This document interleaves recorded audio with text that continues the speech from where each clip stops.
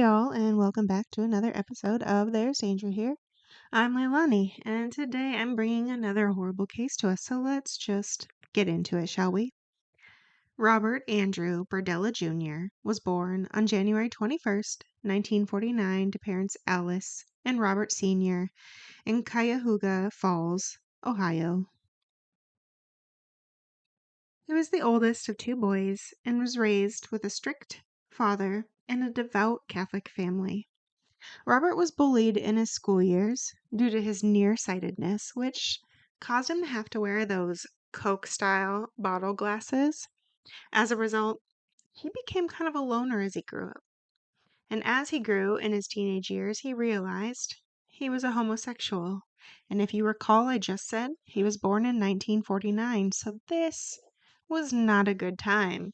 Also, a direct contraindication to Catholic teachings, again, especially of the time, making it more difficult for him. Then, at 16, his father died of sudden cardiac arrest when he was just 39. And a few months later, his mother remarried and moved in with her new husband. This, Robert had a hard time with, that she just forgot about her husband seemingly and moved on with her life. When Robert began working, a coworker sexually abused Robert, and it was around this time he just turned away from the church. Around the same time, which is 1965, he watched the movie called The Collector, a movie in which a man decides to hold a woman that he found beautiful hostage under the guise of studying her. Later, Robert would say this inspired him for his truly heinous acts. In 1967, he graduated from high school and shortly after moved to Kansas City. There he attended the Kansas City Art Institute. And while he was a great artist, he began abusing drugs shortly after starting school. From there, he moved to selling drugs, the result of which was an arrest for possession of drugs, though it was later dropped. Robert began pushing his art, according to him. He used animals as exhibits, and at one point killed a dog as part of his art demonstration, which of course resulted in expulsion in 1969. After this, he moved to Hyde Park in Kansas City, participating in watch patrols and fundraising events. He even had a short but romantic relationship with a Vietnam veteran. After which, Robert began spending time with young men that had gotten into prostitution, drugs, or were runaways. He would try and help them move on, to get better, to leave their risky lifestyle. Robert became a cook and got into selling antiques sort of as a hobby, turning him into a rather prestigious figure within the community. Eventually, he moved from having just a hobby to opening his own antique selling business, starting in 1982, when he rented a booth at the Westport Flea Market. The name he chose was Berdella's Bizarre Bazaar. At the market, Robert became friends with a man named Paul Howell and his elder son, Jerry. He and Jerry would drink at times. Other times, Robert would give Jerry legal advice, and slowly he began lending him money for various endeavors. Eventually, Robert began asking when Jerry was going to pay him back, but it never seemed like this was going to happen, and Robert became more and more frustrated and angry with Jerry. Then, on July 4th, 1984, Robert showed up at Jerry's door. He claimed he wanted to take Jerry to a dancing contest. Once in the car, he offered Jerry a drink. Jerry took it, drinking the alcohol and, of course, the sedative it was spiked with. Robert drove until Jerry was unconscious, and then Robert took him to his home and injected him with an animal tranquilizer. Then he unclothed Jerry and bound him to the bed. For more than 24 hours, he physically and sexually tortured him. He raped him and sodomized him with inanimate objects, such as cucumbers. Robert continued to give him sedatives throughout the ordeal, and any time he started to rouse. He took pictures and made notes in a notebook. When Jerry was completely out of it, Robert took time off of torture to go to work. Eventually, after midnight on July 5th, Jerry died.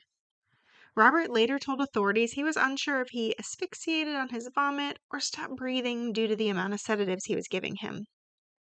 After his death, Robert dragged Jerry to the basement, and in the basement, he hung his body up and opened the jugular as well as the veins in the inner elbow in order to drain him of blood.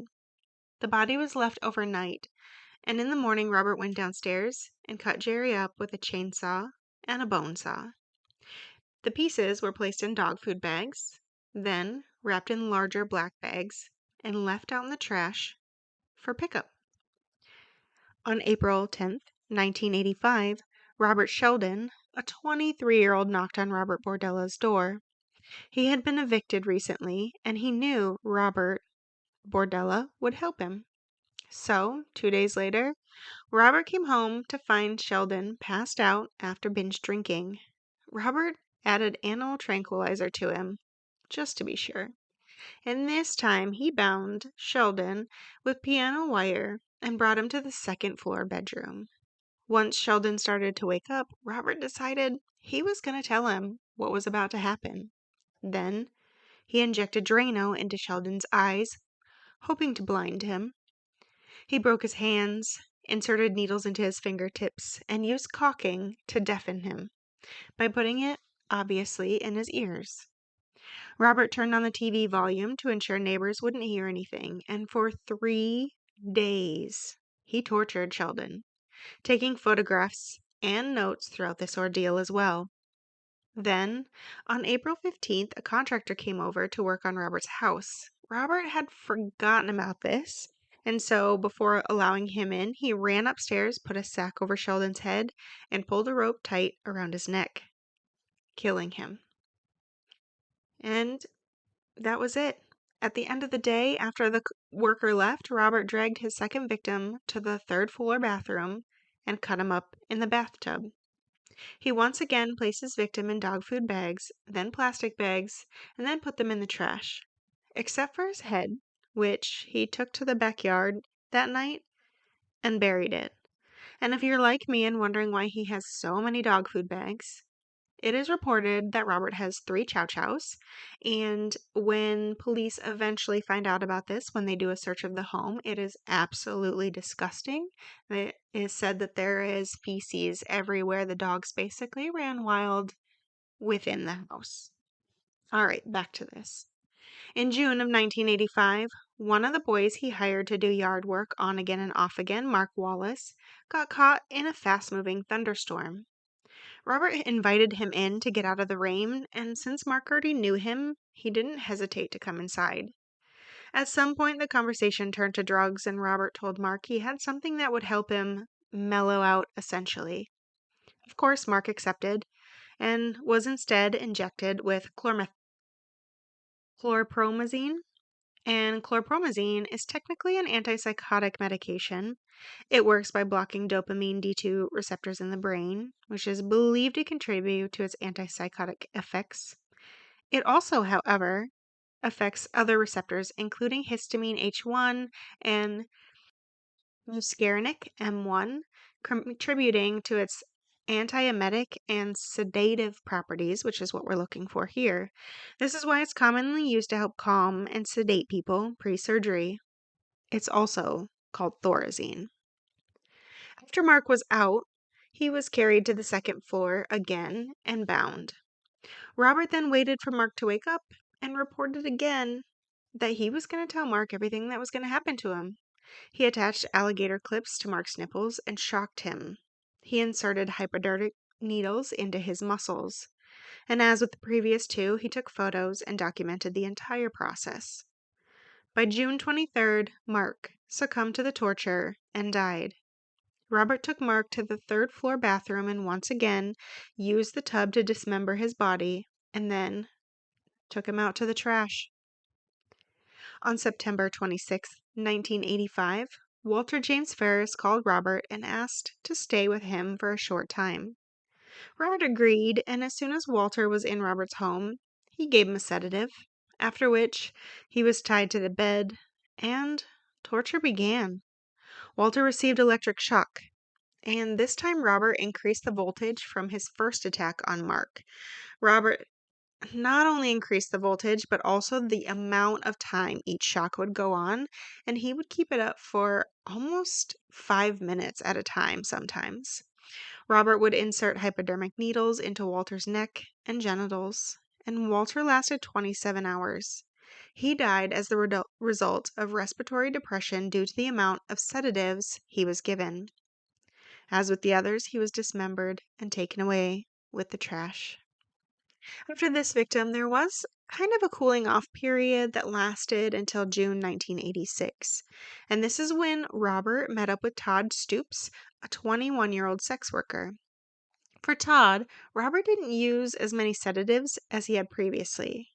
Robert did continue electric shock therapy or torture at this time, and he also did it through his eyes. He starved him, injected Drano into his larynx, raped him, and assaulted him. He, of course, photographed and documented all of it as he had with the others, and it took 2 weeks before Todd died from the torture and starvation. He died approximately the first week of July of 1986. And then in 1987, Larry Wayne Pearson, a 21-year-old, met Robert at the store. Soon, Larry was living at Robert's house, and this was actually going well, not planning on torturing him or anything. That was until Larry went to jail, and on June 23rd, Robert bailed him out. When they got home, Larry supposedly joked about robbing gay men, and this set Robert off. He decided Larry was indeed going to be his next victim. That evening, after many, many drinks, Larry was injected with chlorpromazine and brought to the basement this time. His hands were tied above his head to a column, and Robert immediately injected drain cleaner into his larynx. Then electric shocks began. Larry attempted to cooperate, taking the rape and torture without, complaining, screaming out, crying, and he even had his right hand broken and didn't resist. By day 5, Larry was brought up to the second floor. Still, the torture continued for 6 weeks, during which time everything was continued to be photographed and documented. On August 5th, Larry supposedly couldn't take the torture anymore and at this time decided to fight back, which pissed Robert off, so Robert beat him until he was unconscious, then placed a bag over his head and suffocated him. Larry was brought back down to the basement and he was dismembered. He took the body to the trash except for Larry's head, and that night he went to the yard and dug up Robert Sheldon's now skeletonized head and replaced it with Larry's. Robert then took Sheldon's skull into the house, cleaned it, and removed the teeth. Then he placed some of the teeth into individual envelopes and placed them around the house, and he put the skull basically in the back of his closet at that point. On March 29th, 1988, Chris Kryson, a 22-year-old sex worker, met Robert as he was cruising in his car. Robert suggested they go home, and shortly after they arrived, Robert then suggested they go upstairs. Again, he says that it was owing to the chow chows and how annoying they were and loud. As they went upstairs, Robert grabbed an iron bar and hit Chris in the back of the head, rendering him unconscious. He was taken to the second-story bedroom, where he was stripped, bound, and unfortunately the torture began. Robert put a dog collar around Chris's neck and beat him with an iron club. Supposedly, this was to try and break his limbs. He used tranquilizers and antibiotics on Chris as he photographed and documented his torture. Robert even put swabs with alcohol and later ammonia into Chris's eyes, again trying to blind him. He would inject him with Drano in his throat. And as per his normal routine by this time, he used electric shock. Chris tried to gain Robert's trust and would attempt to talk to him. By day 3, he did convince Robert to loosen his bindings on his arms, and then in time had them placed in front of him rather than being strung up over his head. But Robert wasn't stopping the torture. He even brought out pictures of other men that he had tortured and killed and showed them to Chris, essentially telling him he was eventually going to kill him. When Robert left, Chris started requesting the TV be on when Robert was gone and was given the remote. He was also given cigarettes and matches. When Chris realized Robert left one day, he managed to get an arm free. Then, he used the matches to burn the ropes around him. Once he was free of the bindings, he broke out of the window and jumped, breaking a bone in his foot. And supposedly the reason he did this is he wasn't sure if he was actually gone or if there were traps in the house or the Chow Chows would get him. And so he just jumped out the window, knowing that it was on the second floor.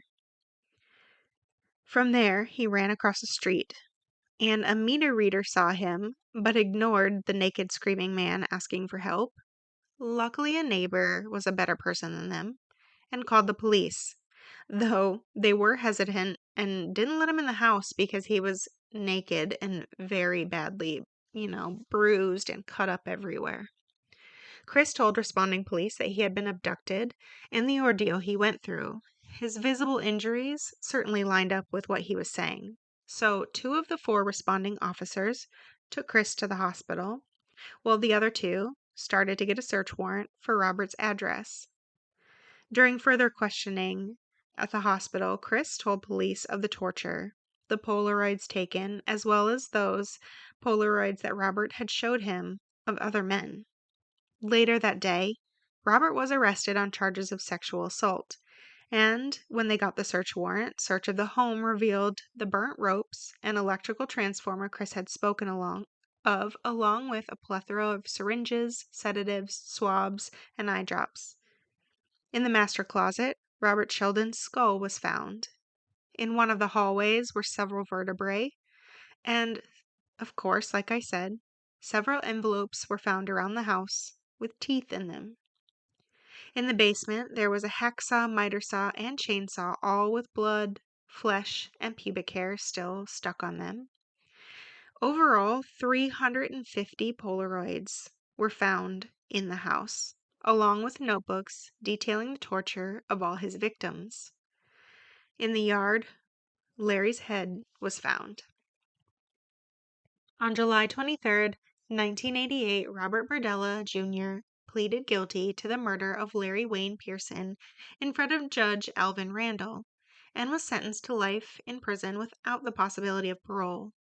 From there, he was moved to Missouri State Penitentiary and shortly after to Potosi Correctional Center under protective custody. He had been attacked a few times while he was in custody. In August, he pled guilty for forced sodomy of survivor Chris Bryson and received a second life sentence. As for the rest of the charges, at first Robert pled not guilty, as he was under the possibility of receiving the death sentence.